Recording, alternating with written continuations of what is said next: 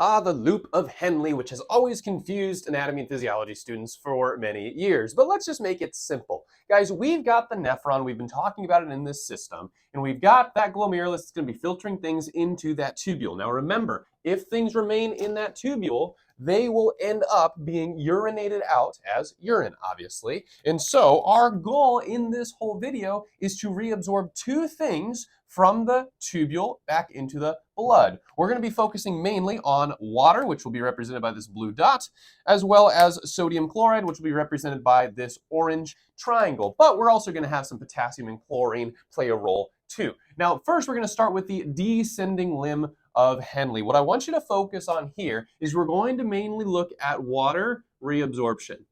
Water reabsorption is going to be happening in the descending limb of Henle. Now, how do we do that? Well, we do that because we've got this gradient outside of the tubule, actually inside of the peritubular capillary. So think of this blood vessel here as a peritubular capillary. As we move down lower and lower, what happens to the concentration?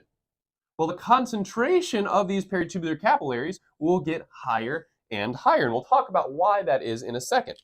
But we know that the higher the concentration, the more water wants to follow solute. So I'm going to imagine, like right here in the blood, we've got that 300 milliosmoles to start. I'm just going to write 300. And then when we get down here, we're going to be somewhere around 1200. So really, really salty in those peritubular capillaries. Now, as water moves down this descending limb of Henle, so I'm going to draw that. There's going to be some water in the tubule. It's coming down this descending limb of Henle.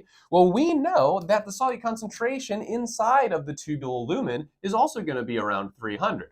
So at this point, water doesn't want to go anywhere. But as it gets lower, we are going to increase the concentration to 600 perhaps. Once we get to 600, well, the osmolarity isn't here. It's still the same.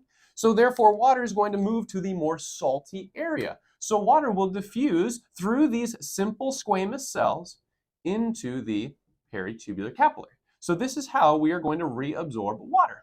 So water is going to be reabsorbed in the descending limb of Henle, diffusing through these simple squamous cells because of that concentration gradient.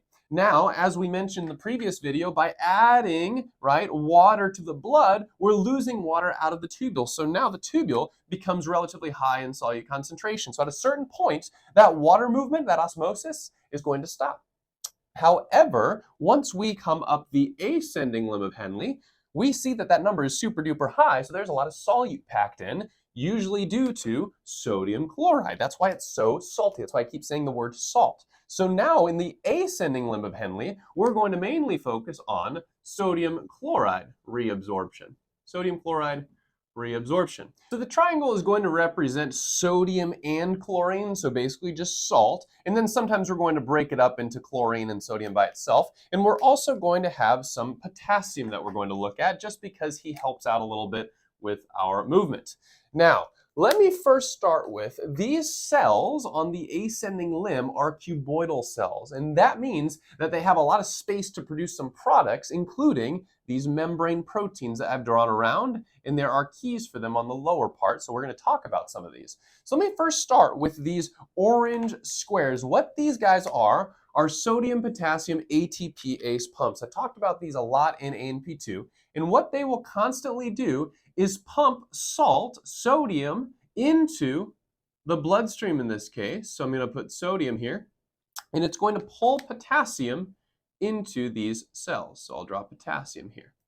Now, by doing that, whenever we pump salt back into the blood from these cells, a lot of the times chlorine likes to come along for the ride. So chlorine will oftentimes come through a really big protein that's called a sodium potassium chloride cotransporter. So chloride's going to come in here with those other things, we'll see that in a second, and then pass into the bloodstream as well. So now we've got sodium chloride being reabsorbed. So that's the main, mechanism that we're going to reabsorb the salt. But as you can see, we've got these cotransporters that I want to talk about that can bring in a variety of things like sodium chloride and potassium along with it.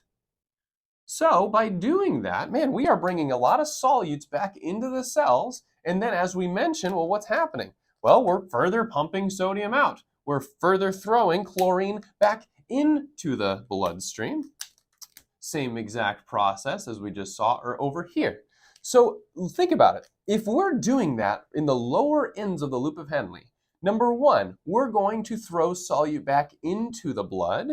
And so therefore, as we move upwards, our osmolarity is going to go back down as we take out the solute from the lumen of the tubule, put it back into the blood. But at the same time, what is happening? Well, we're making a lot of solute go into the blood here, which is why I said at the very beginning, the lower regions of the medulla of the kidney, we're going to have very high osmolarity. This is due to all of those pumps and membrane proteins that are throwing those solutes into the blood. That's what makes it super duper duper salty inside of that region by reabsorbing a variety of different solutes. So, all in all, what are we doing? In the descending limb of Henle, we're reabsorbing water because the solute concentration is so high in the peritubular capillaries down here. But why was it high? Well, because the cells, these cuboidal cells in the ascending limb of Henle, are throwing solutes back into the blood at a rapid rate to reabsorb those solutes. By doing that, raises the osmolarity of the blood, further helping us reabsorb water. So these two things kind of work hand in hand. By reabsorbing solutes down here, the water follows into the blood. So in the next video, we're going to focus instead on the DCT, the descending, or the distal convoluted tubule, and see how we reabsorb things there, as well as at the collecting duct with aldosterone and ADH.